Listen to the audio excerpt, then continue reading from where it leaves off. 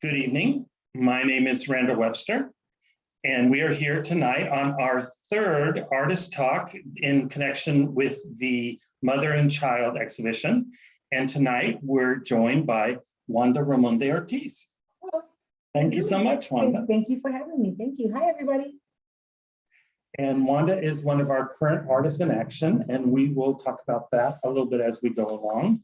So, Wanda, you've been teaching at UCF for how long? Oh, it'll be 11 years in August. Wow. I know, 11 years. 11 years. Mhm. Well, that's amazing. Doesn't feel like a day over 20.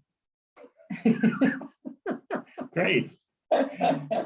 So Danielle, why don't you go to the next slide? So when we first met you, so I've been here about 2 years, and I think pretty soon after that is when we had our interviews for the AIAs. Yes. So you came in and met with us, and these were a few of the things that we were talking about at that time. Mhm. Because when you applied, you were a performance artist. I guess I still am. But yeah, no, I was primarily known for performance work.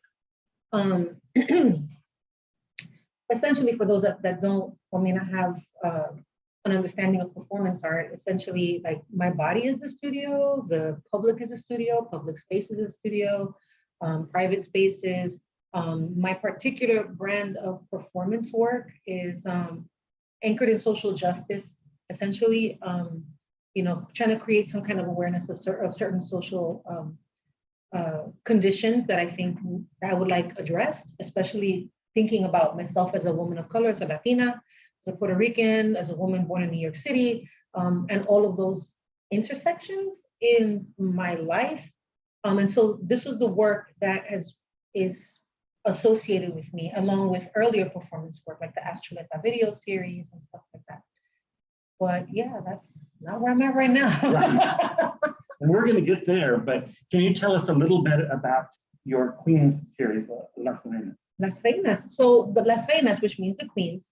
So there are a series of, I made these archetypal queens, and each one of them is anchored in a particular trauma that I've experienced personally. And I joke that sometimes my performances are cheaper than therapy, because I can see, I can work through it all. I use the work as a place to work through it. And oftentimes the work is comes from something that I can't just quickly answer, right? Something that's nagging, gnawing at me, and I need to work it out. And so, because I come from an illustration background with some comics and fashion, I find it easier to kind of disassociate myself from the thing that I'm thinking about, and then treat that, like, by that disassociation, I can then isolate parts of the thing that I'm grappling with, and each of those pieces, I kind of pull them apart. And for the Queens, what I did is that I kind of, I created characters, the same way you'd create a character in a comic book or a story plot of some sort of way. And so, so that's what I do, right? I have an issue. So, for example, the woman holding the sword, the guerrilla reina. I think about, like, the idea of being a warrior, a queen. Where does she live? What does she do? I think about, like, I try to I build a world for her in my mind. Oftentimes the viewer doesn't really know everything. It's just for me. Right. I got backstory for all of them.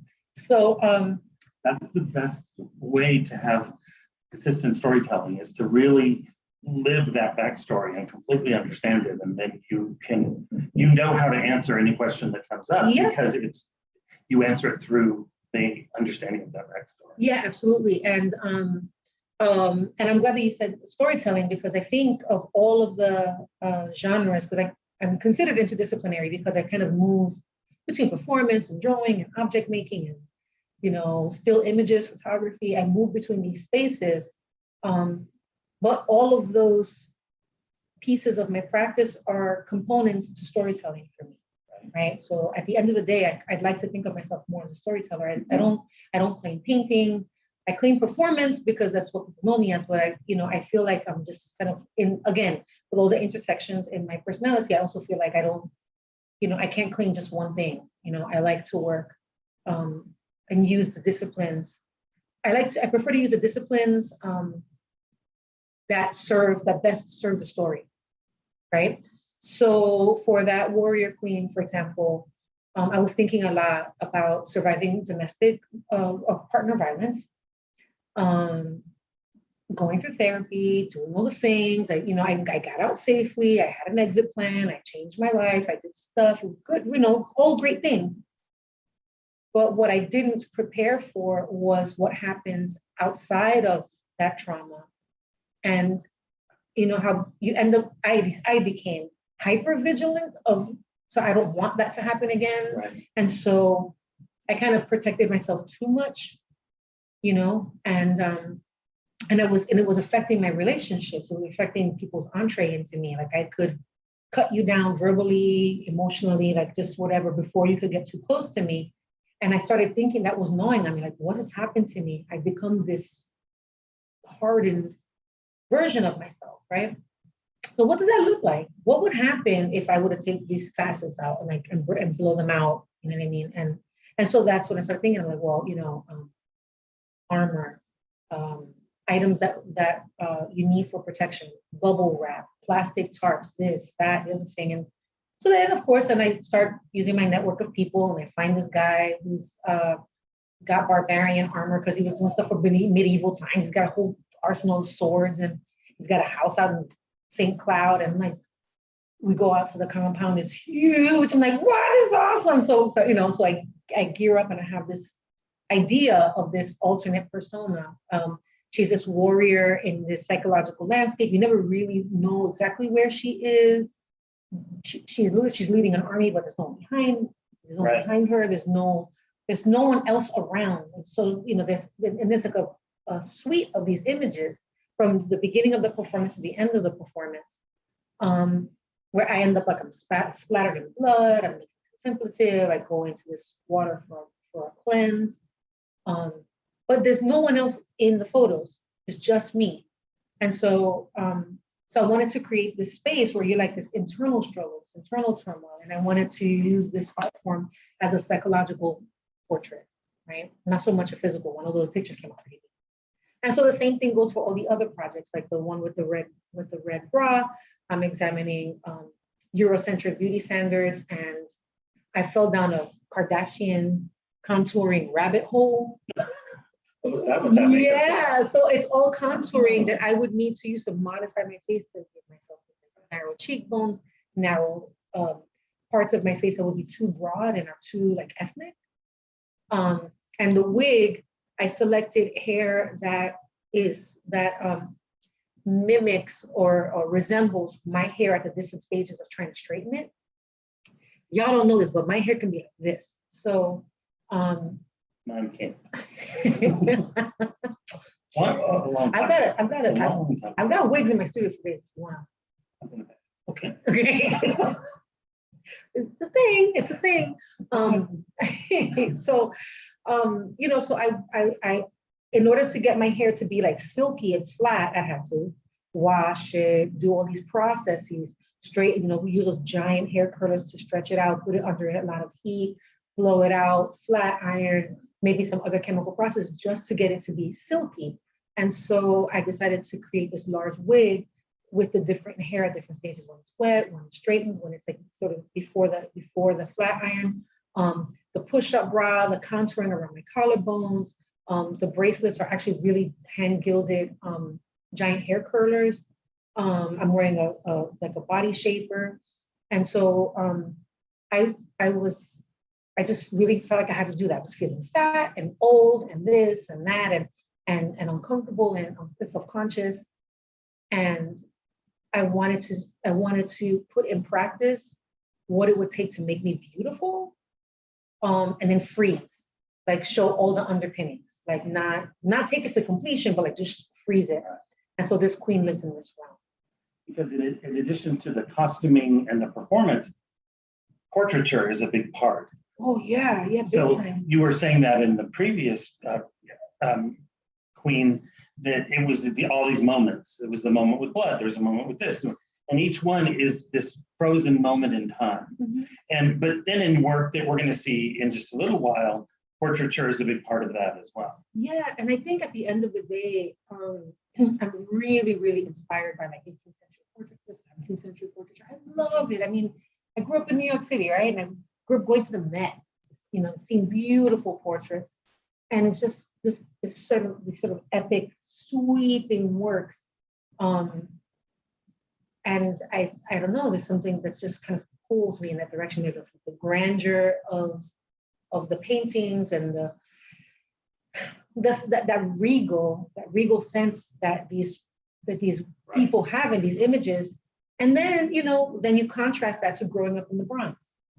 You grow up as a Puerto Rican in the hood, everything in society is telling you that you're not going to amount to much, or that you're a disposable community, a disposable culture, part of a disposable group of people in the hood, this, that, whatever that is, that's kind of like seeps into you. Not that people are actually saying it to you, but what is happening? The school system, the books, the this, the that. And so you're always pushing and pulling. Even the ride on the subway to get to the museum, you're going through hood after hood after hood, then you hit 96th Street, all of a sudden the subways are cleaner, there's nicer restaurants, you get out, fancy apartments. And so that sense of separatism, you see one person living in one city and going through such a drastic change has that impact on you, like maybe I don't belong here, right? And I've experienced that on the subway, but actually going the other direction. Oh, when you leave the city, and people saying, "Okay, it's time for all y'all to get off." Listen, I know that well. But you're right. That sense of, okay, y'all, you don't belong here. It's time for all y'all. Listen, anybody that lives, and it's gonna sound really awful. I'm gonna own this. It's gonna sound awful, but anybody that lives in the outer boroughs will standing on the train will kind of isolate the people with the nicer bag, the nicer shoes, whoever that is. If they're not going to make it past the hood, I'm going to stand right here because you're going to get off and I'm going to take that seat because I'm going to be on the train the rest of the way. And I don't know. You're not going. But you're not going to be on this more than 10 stops. So I'm going to stay right here. That seat is mine. you can smell a subway seat a mile away. Yeah. Oh, that's funny. But Danielle, let's go to the next image. Yeah. Because speaking of royalty, but also this idea of belonging, and that's really what this next piece was about, was helping people to cope with their sense of just grief and being okay with who they are and what was going on. Yeah, I think, and so it's, wow.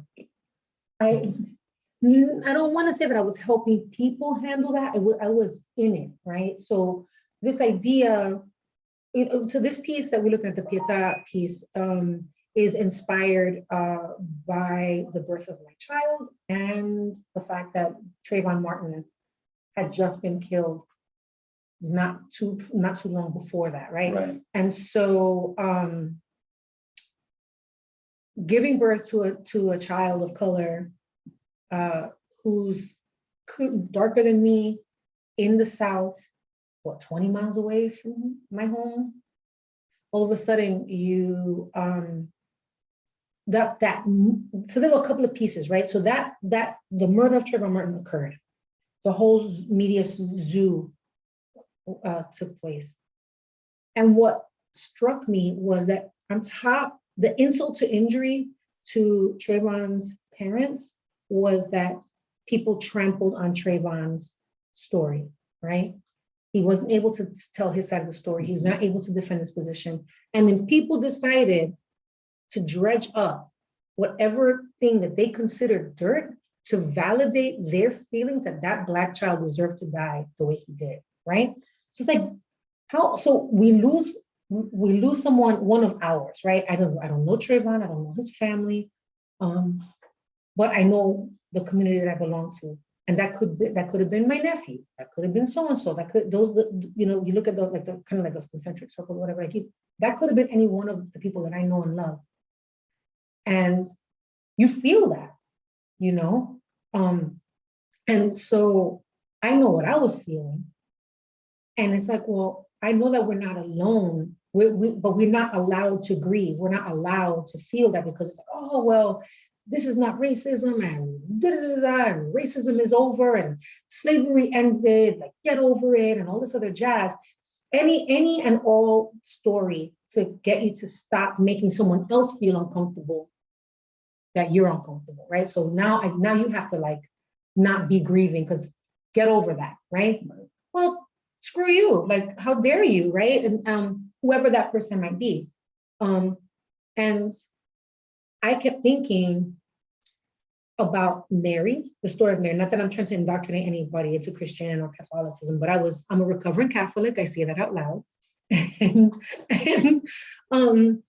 I was raised in the church, right? So, you know, Mary holding Jesus's body after he's been deposed from the cross is a powerful, like the Christian faith is based on this moment of his transcendence, right? But in that particular Michelangelo sculpture, which by the way, that part of the story is not written in the Bible anywhere. That was an artistic expression. Mary is resigned almost, or like just she already knew what was going to happen, right? That's part of the whole thing. And it's not the if, it's when. And I think that people of color live with that. It's not if I'm going to get profiled, it's when I get profiled. It's not if someone's going to decide or assume that I'm not competent because you think, oh, you're Puerto Rican, you're Black, you're this, you're that. It's not if, it's when. And so that inevitability of these things happening had me thinking, Mary knew her son's fate and couldn't stop it. I am the mother to a brown child, right? And I know that my skin has bought me some time and has bought me some latitude, but he will not get that, right? And I know what I've experienced with that latitude, he's not gonna get that pass. And we in the South, right? So again, like therapy, like cheaper than therapy, I decided that I needed to book a church, find a choir, design a gorgeous gown, and and I joke about it because it's an intense experience, but I wanted to harness that moment where people could, at least for a few minutes, feel like it's okay to let go, and I'm here with you, right? Not that I'm helping, I can't help anything, but just look, I'm a whole space, and I'm going to use what I got, whatever little tools I've got to hold space for you. And so I created this piece, and I worked with a costume designer named Christina Tolleson. She's brilliant. We designed the gown that feels like sorrow, right? I had a DJ that played all kinds of music, the music of the struggle, music of resistance, the music of resilience. But that beautiful moment was punctuated at the 3 minutes 33 mark, was punctuated by like loud sirens, red and blue flashing lights. Time is up. Person has to get up and go. And the next person sits and the cycle starts again. And so the number 33 plays very prominently in this piece because that was the age of Christ at his execution. And so I held 33 people of color for 3 minutes and 33 seconds. It was like 120 something minutes. It was a lot. And you don't have to be murdered, beaten, but an arrest will definitely change your life. It'll change things for you. And so that this notion of lives interrupted was a big, big thing. And not if, but when. And that inevitability of that's the thing that it weighed on me for a long time, and I had to do something with it. And you said that you did this for you because of the moment you were in, but clearly we see from this photograph, and if you have a chance, you can watch video from 2 of the times that you performed this. They're available online if you look for them. Probably through your website. I think there's a link. Yeah. As well. And people are really moved by it. Just the idea of being able to kind of being held and being able to just feel safe for that 3 minutes and 33 seconds. Yeah, and I think it's also really cathartic for the people that came to witness the performance, because it wasn't like just only the people that came to be held was part of it. It was an open was an open space, right? So anyone could come and just sit and witness, and it kind of felt like a funeral where people kind of or come to a wake.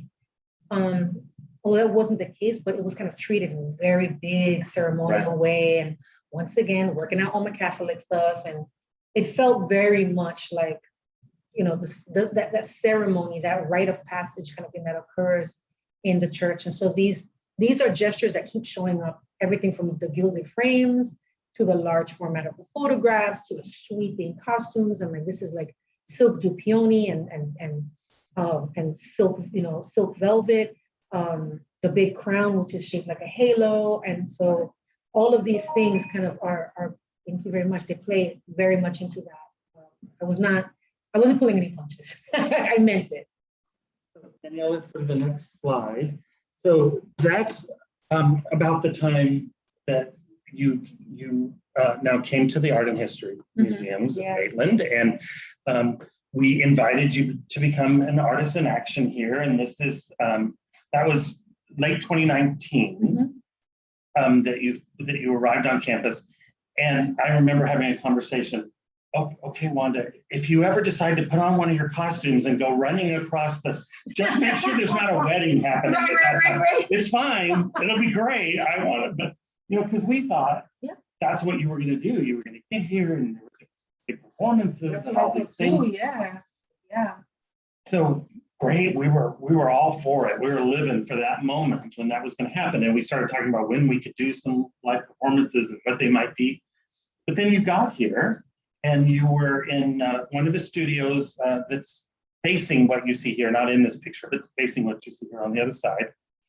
And you kind of got in your studio for a while. And as you can see in this photo, if you haven't been here yet, you should come soon. But one of the things, it's very, because of the walled environment, you know, it's all this kind of secret garden feel. And you started talking about the sense of sanctuary. Oh, yeah. And what's amazing is we've really embraced it since then, and that idea of this sanctuary. So then you started thinking differently about what you might do here. She just saw what our next slide was going to be. Quite a detour. So just so you know, I have no idea what's coming. I'm getting like a 2-second warning by glimpsing whatever you got. So this is nothing is rehearsed. No planning. We're just shooting shit, y'all. Just shooting the shit. He's the professional one. I'm helping trash. So no sanctuary. Holy moly, like so you come onto the grounds here, and all you do is turn the key and walk through these gates, and it's as if you left everything else behind. And I can't express to y'all how transformative it is, right?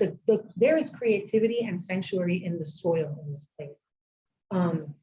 And I did not want to force something, right? I suddenly felt like not only did I not want to force anything or kind of reprise certain performances that I've already done, that it just didn't feel right. It didn't feel like that's where it needs to be. And I'm big on like following your gut, right? I can do it. I can throw on a gown and run around and scream or do whatever, but it doesn't. It's disingenuous. And I'm nothing if not sincere. So I just needed to rest. You know, I'd come off of getting tenure at the university, right? And then I was awarded a sabbatical that led right into this time. And all of a sudden, I don't have to worry about making work to please my boss, or making work to show a committee that I deserve my job, or making work, just come and just be. And the room that I have is the most serene little space in the world. It is just lovely and cozy and nestled. I even have like a little courtyard, and sometimes when I'm working, there's a bride walking by, or there's somebody taking pictures. I go outside, I blow kisses, and then I close my curtain again. And it just felt really safe. And that's, I think, what my creative spirit needed, was a space to just kind of just let go, you know? And all because what we've come to learn now after this year and a half is that this was kind of the beginning of a journey for you. Absolutely. It really seems in retrospect that was the moment everything kind of changed, like because of what you had been going through there, what you just explained. But so now we're on a journey, but we really didn't know where we were going. Not talk about a road to nowhere, no map. We had talked about maybe doing a performance that would be in one of the gardens or maybe out in the green area that used to be the Grove by Lake Sevilla, and based on kind of the idea of Mother Earth kind of thing. Yeah. I had these ideas of, and when I think about it, that's kind of like what happened with the objects, right? I kept thinking that I just wanted to fade back. I wanted to fall back. For the first time, I didn't want to be seen. I just wanted to kind of fall back. And I think that the works between the Pietà project and the Exodus project, it took a lot of emotional energy from me. And I just felt like I really was desperate to recharge. And I didn't want to create tragedy porn either. Right. Like I didn't want to just keep digging up, painful circumstances. I had been doing that since 2012 and creating works around them, but I just didn't want to do that. And I didn't want to sit in like those other pain spaces because you already carry that with you. I just needed to heal. So the next step in your journey, if we go to the next slide. Oh boy. You've been on a residency. I did go on a residency. Oh my gosh, I forgot the name of that goat. I forgot the name. Yes, that's what we're talking about. What was the name of that goat? So I was invited. What kind of residency did you go on that has a goat as the star? Oh my gosh! Oh boy! And I say oh boy, not in a bad way. It has a very special place in my heart. I went to Habitable Spaces, which is an artist residency sustainable farm out in Kingsbury, Texas. Run by outside of San Antonio. It's actually knows where Kingsbury is. Right. So it's like San Antonio's here, Austin's here, and Kingsbury's like right in the V. So you can get to either place, But it's a dusty little place, but it's a cute little place. I got Kingsbury love, y'all. Kingsbury love. So I go to this residency.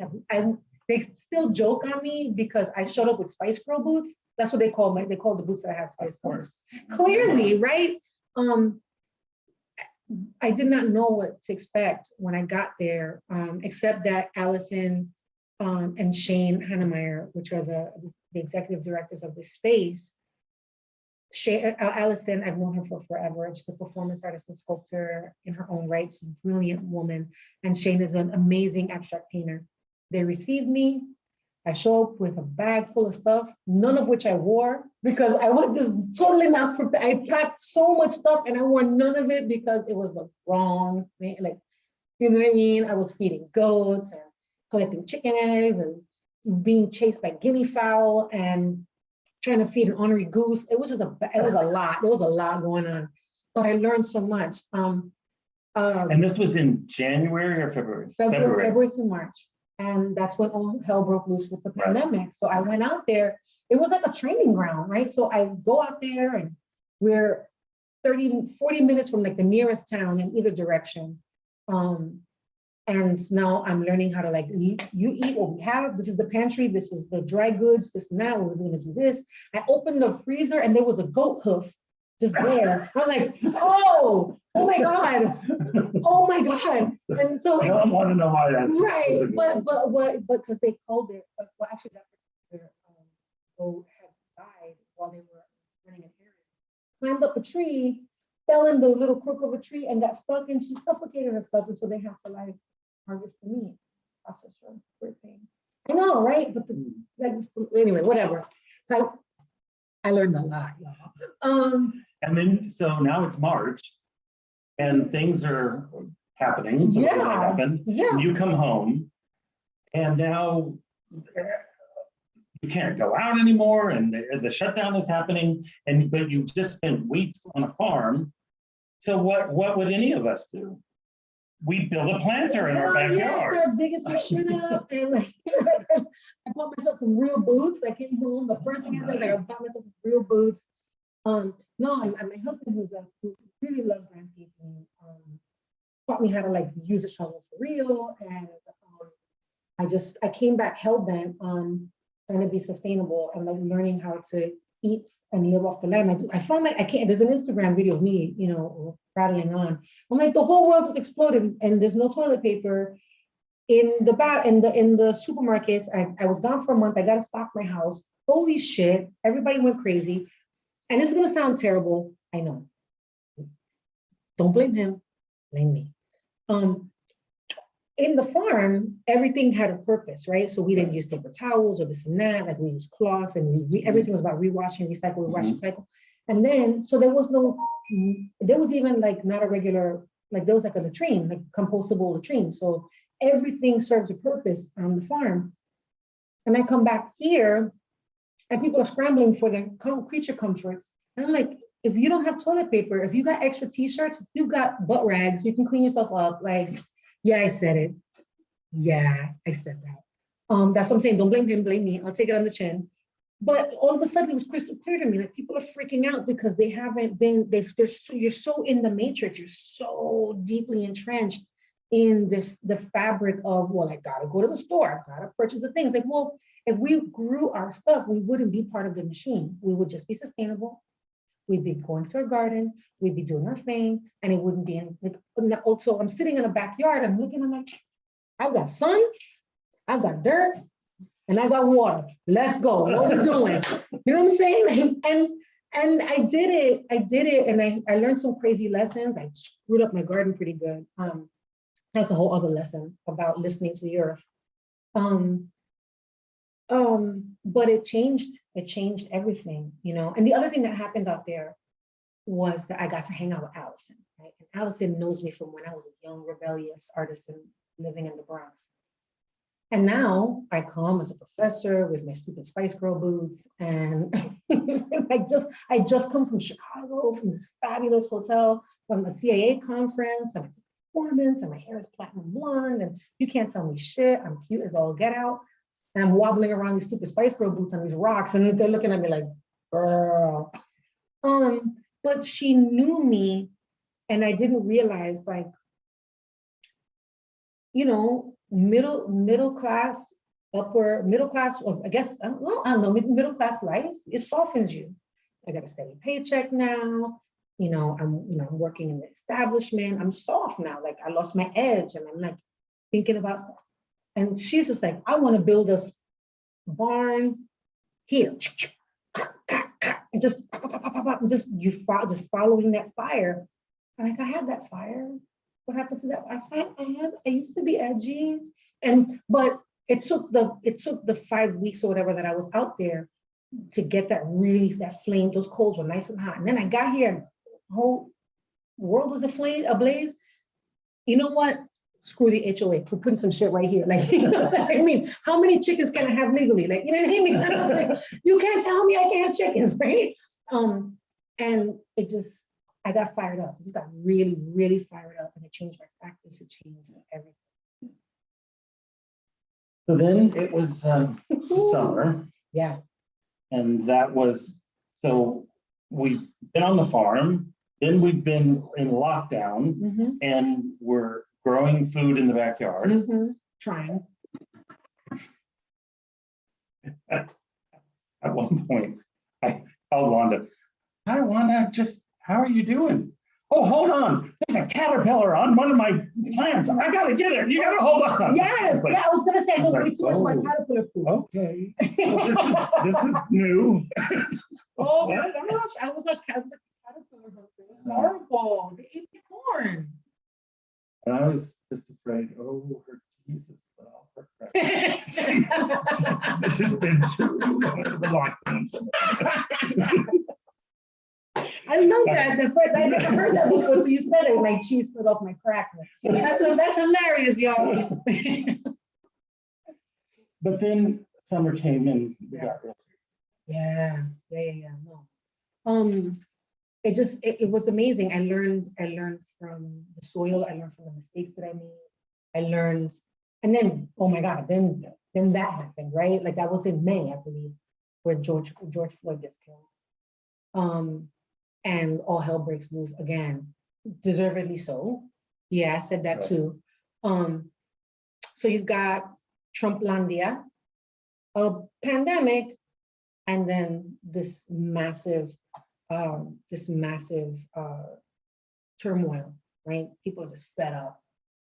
And to me, it was like a perfect storm. Like all of these things kind of converged in this just tangled knot of pressure, right? White supremacy, Black Lives Matter, like these things, these ideologies, right? Black people demanding to be respected, brown people demanding to be respected, Asian people demanding to be respected, white people saying, we gave you this, what else do you want? Kind of shit, just back off and know your place. And this big clash, these things just you can't, things can't stay with that kind of pressure without bulging, right? And splintering and mutating. And we've got this disease that's mutating and people are dying out of nowhere. And all of a sudden, there was no way that I could do a performance. Like, I can't do it. I can't do it.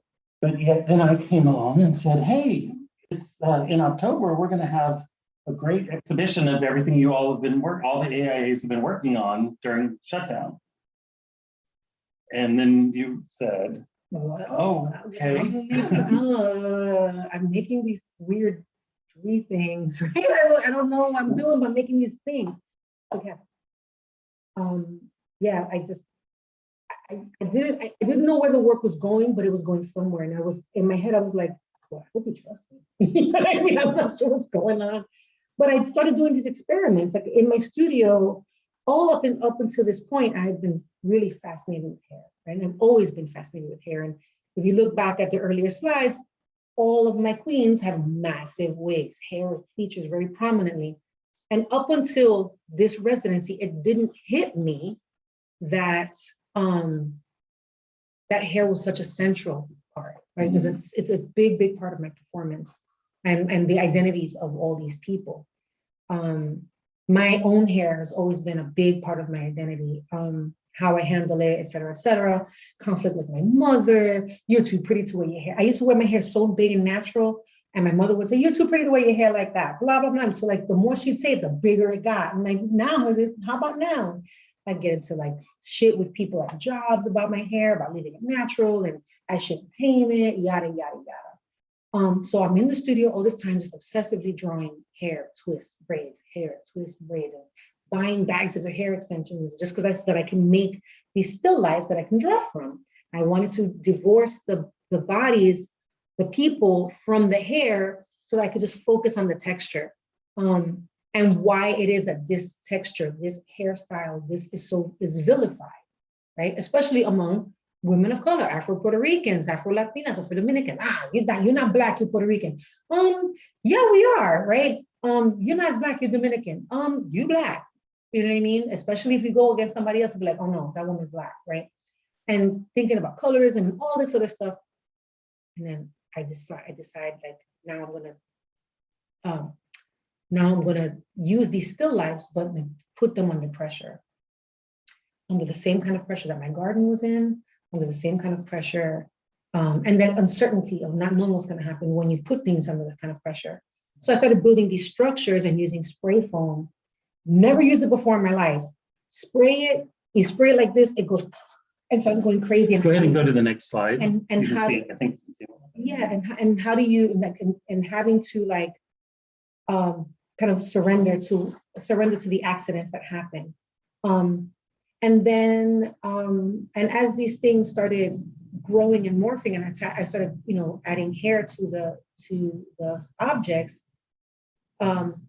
It's like a two-pronged thing.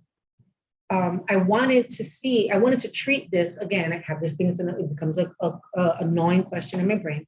What would have happened if the wigs in my performances started to mutate? What if they don't need me anymore, right? And like everything else, if you were to subject it to pressure, what's gonna happen, right? Or what if they become, like those AI things, a robot doesn't need you anymore, now it's growing its own limbs and it's doing stuff. But then also thinking about the trees, because I was spending so much time outside. And I've always loved the trees. Ever since I moved down here, I've always loved looking at the trees, specifically the live oaks, but all the trees. You grow up in the hood, you don't really see my favorite trees, right? So I started thinking about the trees in the South, especially the really old ones, and wonder, what have they seen? what have they been witness to, right? Are these are like silent witnesses. There's a specific tree down the road from here in front of an old house across from Lake Sevelia that the first time I saw it, I just caught my breath. And it looks like it's sitting on a house that might have been a plantation or something. I don't know the history of it. I'm at an art and history museum. I should probably do the research, right? Come on, Wanda, I've only been here 2 years. But it made me want to cry. Like, what have these trees seen? Some trees might have not seen anything, right? But it's the notion of the strange fruit, the all of these things, right? Going to Texas, I saw for the first time in my life a square where there was a hanging tree, right? The tree had been taken out for whatever reason, but the space was still there, and people still refer to the hanging tree as the hanging tree. And I'm like, y'all say this cute, like that's kind of traumatizing. Talk about, all that's what that. Oh man, that sign would look better with the hanging tree on. Beg your pardon? No. And once again, it's that's that side of the narrative. Oh, that's part of our culture. But you know who might be on that tree, right? Someone that looks like me. Someone that looks like my son. And so I was really struck by all this, by all of these different images. And isolation will do that, right? Absolutely. Isolation will do that. And so I decided to take it out on these objects and make these, these mutations. And yeah, that's that. Let's go to the next slide. I keep it light, y'all. I keep it real light and breezy. So you created these 3 big sculptures for us, the hair sculptures, who, one thing you mentioned was you felt like these really, since you couldn't perform, that these were kind of a stand-in for you. Yes. These were giving the performance for you. Yes, absolutely. I didn't, and I kind of still don't, desire to be in front of people right now. Not so much because of coronavirus, but because how emboldened people have become to enact their own sense of justice to someone who's saying something that maybe you're not want to hear. And I don't think I'm a particularly controversial person. I'm not trying to like really shatter molds like that. It's just something I got to do, right? And I don't really feel that right now. I need to be in front of people, because, like I said, people feel really emboldened, and I have one job to do, and that's raise my son, right? And I have one job to do, and that's to make sure that I get to that child's graduation, that I get to, if there's going to be grandbabies, to meet them. And I'm very headstrong, so I'm going to make it. I don't know how. I'm going to get there. I'm going to be an old crazy old lady. I tell my nieces that I'm going to have to be able to call on them when I can't find my teeth, because I'm not leaving anytime soon. I'm gonna be on this planet for a long time.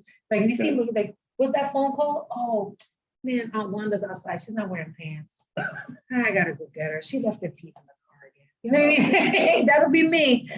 But I have this job to do before, and these guys are gonna take my place for a while. So speaking of that. So I'd come down to your studio and we were visiting about this exhibition. Yeah.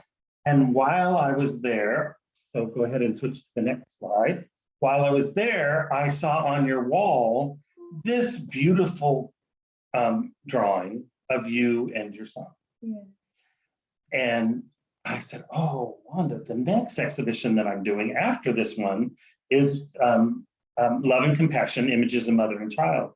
And there's just something about this, because the way you're holding him and the way you're protecting him, and then with the cell phone there, it's this classic image, but it modernized it so much. So I knew that this was just the perfect thing, because we didn't want this exhibition to only be the Madonna and Child. We wanted people to understand that it was going to be a modern exhibition as well. Yeah. I'm so glad that you mentioned that, because that was a deliberate addition to the drawing. I was going to omit the hand with the phone in the beginning, but interestingly enough, the mug in the front was a cup with with Barack Obama's face on it, and it says "Miss Me Yet." So I was gonna actually draw the Barack Obama portrait backwards in the cup, and I'm like, come on, that's a lot of work. I got lazy and I could do it, but like, it'd be kind of cool if I put the cell phone in, because I had to take the selfie, because like, he's not gonna sit that long for actual live drawing. And I said, I'm gonna keep it in there. I'm gonna keep it in there.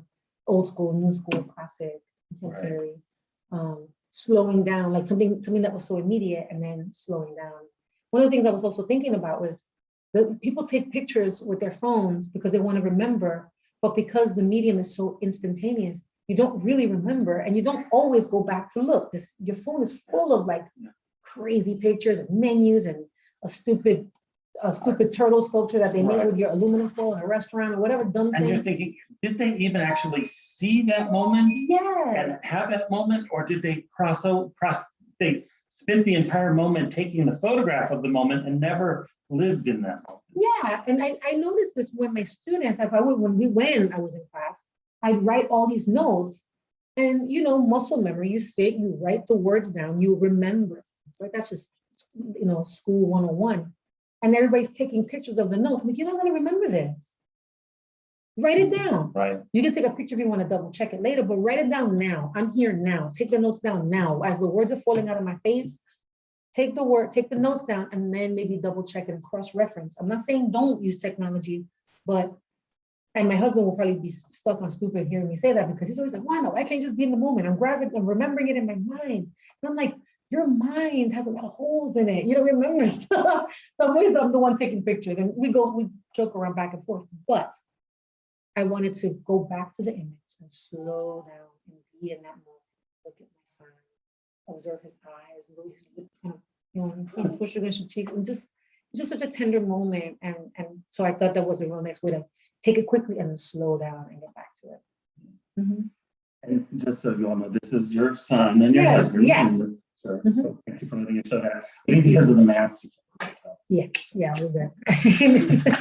My little mask marauders. Yeah. So let's next slide. So this is the entrance to the exhibition, the Mother and Child exhibition, and Wanda's piece. One of her two pieces are right on the intro panel. If you haven't had a chance to come and see the exhibition yet, it is open through this weekend, through Sunday. It's a great way to spend Mother's Day. Part of the, so you were invited to participate, a couple of other artists were invited to participate, but it was also an open call for artists. Mm-hmm. So it was really great to have your image include on that advertising for the open call, so people could see that we were looking for a wide range of pieces. And I feel like that may be one of the reasons that we did receive such a wonderful wide diversity of different images that people submitted. We had 19 people submit work. Awesome. And we accepted 8 different artists into the exhibition. Wow, that's fantastic. And we've had artist talks. The 2 previous ones were with 3 of the artists that were in the exhibition. So we hope that you had a chance to see those. If not, they are on our virtual A&H. You can watch our first talk with Dr. Eileen Hernandez, and then our second talk that we had about 3 weeks ago with Richland and Weldon Ryan. They're lovely, by the way. Yeah. So let's go to the next slide. And this is kind of our sneak peek at Wanda's studio. So these are a couple of things that you're working on. These have not been exhibited anywhere yet. There's still things you're working on in progress. So the one on the right, I don't know where you all have our picture-in-picture, but the one on the far right is for a friend of yours. Yeah, actually for a former student from the university, gender nonconforming student named Maitland, who donated their hair extensions for me. I've been reaching out to people. What started out me buying hair has now become like a bit of an exchange of sorts, where I reach out to people through my networks, and they donate their used hair extensions. So otherwise you can actually smell, people might get grossed out by that, but I think I like it. It's like someone's history, right? They're sharing. It's very intimate. And so the hair is sent to me, and then I make these objects. And so, I think it's the first time that I'm making a work that's not about me. which is also really cool. I just had that aha moment. Wow. It's not about me, child. It's not about me. We're having breakthroughs tonight. You hear this, people? So yeah, so the one on the right is for Milo, and the one on the left is for Kamala. Yeah, so I wanted to include, I'm still working on it. She's wrestling me, and this structure is hard I can't reconcile certain things yet, but it's coming. So what are some of the elements that you've included yeah. with Vice President Harris's piece? Yeah, so, oh my God. Say it again for the Vice people. President Harris's piece. Damn right. I'm working on incorporating different hair textures for to represent the different communities that would have voted for her, that supported her, and her being there, she's representing all these different women from all these different walks of life. And the pearls, so, oh my God, I'm gonna get this wrong. She's an AK sorority sister. Oh my God, I'm not a sorority person. I probably got that wrong, but I was really taken aback when I saw people like wearing pearls and Chuck Taylors, because that's kind of a thing. And that's part of, I think, the sorority that she belonged to. And so, look, I got pearls. I got, not real pearls. If you have real pearls you want to donate to the cause, you can certainly do that. But right now, I just got like little pearly thingies. And so it's a nice departure because this is not pain-based, it's celebratory. Right. And so, yeah, no. So are you coming to the end of this journey? Are you now finished with your personal part of this journey, and so you're able to look outward toward other people? I don't how they're know. affecting your journey? I don't know. I don't know if the navel gazing is completely over, but I think all of it is just not about me anymore. I think the pandemic really kind of opened all that up. There's so many much bigger stories, and I think that up until this point, I've used my story to open up, by me being vulnerable and open to the public, that they would come and meet me. And now I feel like I'm slowly pulling myself back from the narrative to just be open. I don't know what's going to happen. I didn't expect the world to explode, so who knows? You know what I mean? Right. Hopefully there's not another wave. Oh, hopefully not. Oh my God. Because now you can have, a few more months of your second year of your residency. But once you're a part of the A&H family, you stay with us. So we'll be seeing a lot more. Hopefully, that means I've successfully made eggs in your stomach. So anyway, speaking of mutations and weird things, oh my God. So I hope you've enjoyed our conversation so far. If you have some questions, you can submit those via chat. If you are on Facebook Live, I'm not sure how you submit it, but if you are watching us through signing up through Eventbrite, you can just submit those through chat, and then Danielle will read them to us, and we'll see where we're at. I heard a lot of beeping, so I assume that we've gotten a lot of things. I forgot to turn my phone on. Oh, you're very popular. Yeah, I don't know. Hold on a second. We'll turn that off because that's irritating. So this is your chance. If you have questions, please submit them through the chat now. And Danielle, do you have any questions so far? I haven't seen any questions come through yet. I'm gonna look at. Someone asked what drew you to experimental art. What drew me to experimental art? So I come from I'm very classically drained. I'm classically drained. Oh my God, one glass of wine, that's all it took, right? No, I'm classically trained in drawing. And it was just really like me kind of trying to break out of, put myself in a really uncomfortable situation, just so that I could learn. It was really just a matter of just trying to challenge myself. I mean, when you're in school, you have someone else challenging you, and you work towards pleasing your professor, pleasing your teacher, whoever. But once you get this far removed, you have to keep raising the bar for yourself. So I wanted to take on that challenge for myself. And then also when I was playing around with the spray foam, there were times when I didn't know what to do with the sculpture. So while I was trying to resolve certain things, I felt that drawing the sculptures was a great way of kind of resting my mind. But then I wasn't drawing people anymore. I was just drawing these shapes. And so that also created this sort of openness for that abstraction and not having to like reinterpret or interpret a person, interpret eyes, nose, mouth, likeness, blah, blah, blah. But it was just this very pure studying of these shapes of light and dark without anything else in the way. So that's kind of how that happened. And then could you talk a little bit about your Exodus pilgrimage piece? Sure. So Exodus Pilgrimage was a performance that I did in 2019 here in Orlando. And it was an homage to the people that survived Hurricane Maria, that were able to migrate, and those that survived and stayed behind, and also those that perished. And so my costume designer, collaborator, she's the brains behind the operation.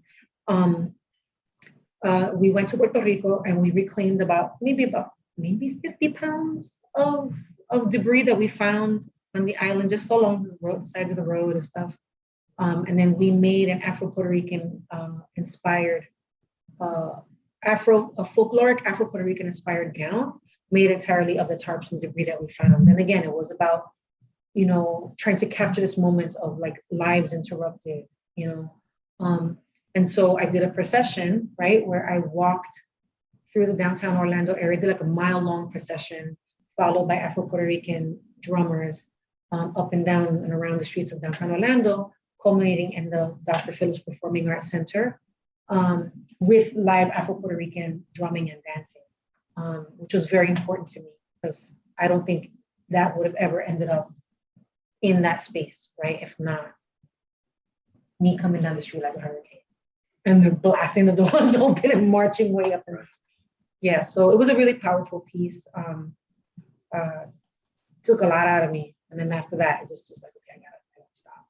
There are images of that on your website yeah, as well. Images, and there's also video of it. There's a video, it's a 5-minute video. You can see it on my YouTube channel. If you go to, I think it's Wepa Woman's my YouTube channel. I don't even know. That page is so old. I'm sure there's a link. Yeah, but you can subscribe to my page. You can follow me at Wanda_Raimundi on Instagram, or you can follow me on Facebook. I'm not hard to find. So, and if you want more information of the stuff that's out there, my website is Raimundi.art.com. Yeah, all the mail and chats and stuff, I get them. I read them. I think there was a question that popped up over here. Danielle, another one? Yeah, we have a few more questions. Is there an aspect of your experimental process art that you didn't get from other mediums you utilize? So I think I think uncertainty is an element that pops up in all of my performances. But I set the tone for something, but I don't know how it's going to end. I never write an ending for my performance pieces. Right. So I just started. I get the costume, I get the thing, I have my narrative in my head, but then it's open, right? It's not theater, it's not scripted, they're just points. And Portraits. Yeah, like there's more, and there's points, and like there's points in my head. I'm gonna get from here to there. Like I know I'm gonna get from here to there. Yeah. If I get accosted by someone's gonna smack me with a pan in the middle of the street, I don't know what's gonna happen, but we'll deal with it when we get there. And so I think that's a thread that runs throughout, even with these objects. There's an element of I don't know how this is going to work out. I have an idea, but if I know too much about it, then it doesn't work. So now I have to find another way to abstract it and pull it and break it and stretch it. It needs a little chaos, a little uncertainty, it has to be. There's a bit of improv, right? Right. And I was talking to a friend of mine about improv jazz. And that adds to the energy, I think. Yeah, and it keeps you laser focused on the now, right? Laser focused on the now. And it's like this heightened awareness. So it's funny because being in the studio, you can take all this time. And so like, it's weird because it's not, you can sit there and meditate and ponder and think and try to smart yourself into an idea. And so then I'm like, that's what, like I said today, I didn't like the way this working. I'm gonna have to hack it off. And so now I can get back in and problem solve and be in the moment. Otherwise it's just becomes rote. And I don't want that. I don't want it to be formulaic. Right. Mm-hmm. Yeah. All right, and then One our more? next question. We have two more. They said this is a great interview and thank you. And can you talk about what it means for you to be an educator and how it has affected your own art practice? And then the second part, and how becoming a mother has affected your priorities and overall view of the art Okay, world. so repeat the first half again, and I got the Sure. second. Can you talk about what it means for you to be an educator and how it has affected your own art practice? Sure. Okay, so that's a great question. No one really asks me that. So I think that the educational component of my life satisfies the activist in me, right? Where I, just by the nature of being a Puerto Rican woman from the hood, now a tenured associate professor at a big university, shows young people that look and sound somewhat like me, shows them that it can happen, right? Being unapologetically Puerto Rican, New Yorican, not deliberately and decidedly not losing my accent, provides that like, yeah, no, you can still do it. You know that you don't have to sound a certain way. Like you can still, I'm sharp as a whip, I think, and you know, sharp as a tack. Smart as a whip, sharp as a tack. Okay, maybe not so sharp. But you know, I get to serve students. I get to show them, and my focus in my classes is showing them artists that they're probably not being shown in the classroom because they may not have yet, they've hit the mainstream, just no one's talking about them, right? And so I think about these parallel career paths where you're not talking about Frank Stella and this and that and Bruce Nauman, whatever. I'm talking about Wageshi Mutu, Kehinde Wiley, Deborah Roberts, Renee Cox. I'm talking about, oh my God, Guadalupe Maravilla and Elia Alba and, you know, Firelei Baez. And so they're all like juggernauts, right? You know, Sanford Biggers just unveiled his brand new 25-foot bronze sculpture in the Rockefeller Center Plaza. Like, hey, that's kind of amazing. Is he going to make it into some of the conversations in the classroom? Probably in other classrooms, not, but in mine, absolutely. And so it's important for me that students see themselves reflected in the curriculum. And so I bring all of my, and these are, and they happen to be people that I know, so I can pull them up on a video chat and introduce them to the kids, and they're like, what? I'm like, I know.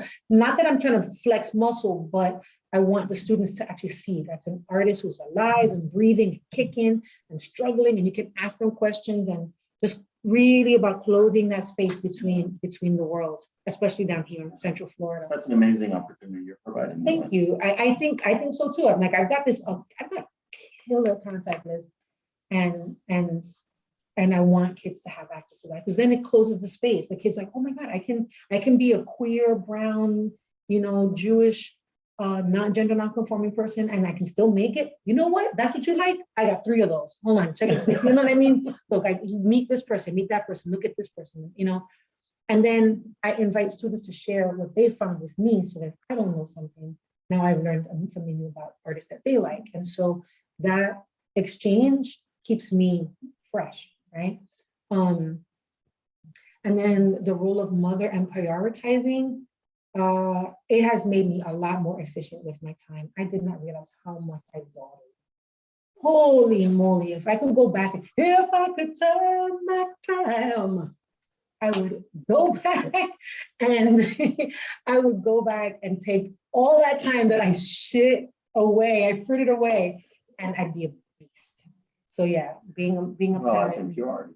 Thank you. But I mean, but my Sometimes kids, you need those moments to kind of ponder things. yeah, no, no, I was a carrot at the time. Is that where you got that from? Because that was pretty amazing. Okay, I used to host a karaoke show as a dominator. That's a different joke. Yeah, that's I didn't hurt anybody. It was just a performance, but I did that. So that was the life before, you know, Nice. when I still had an edge, when I still had edges. But yeah, but then and honestly, the birth of my son righted my ship and gave me a very clear path. He is a star that's fast in the sky, right?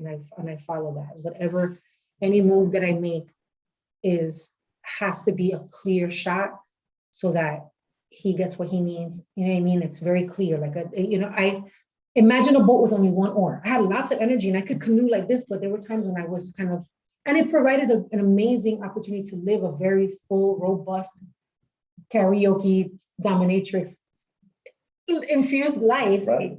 But now I'm laser focused. I'm very, very laser focused. And I have him to thank.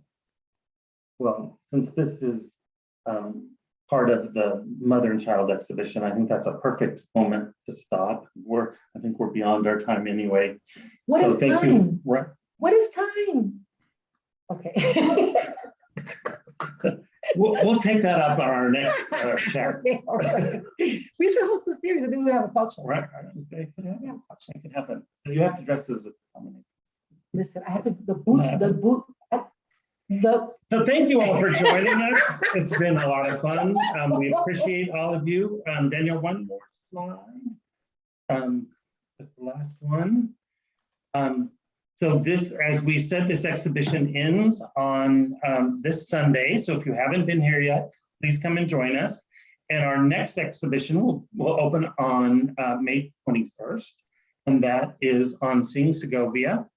And if you get Orlando Arts Magazine, there's a big article that just came out today about it. So we hope you'll join us. If you're a member, it's free to come to the opening, just $5 if you're not a member, or come anytime afterwards. We would love to see you there.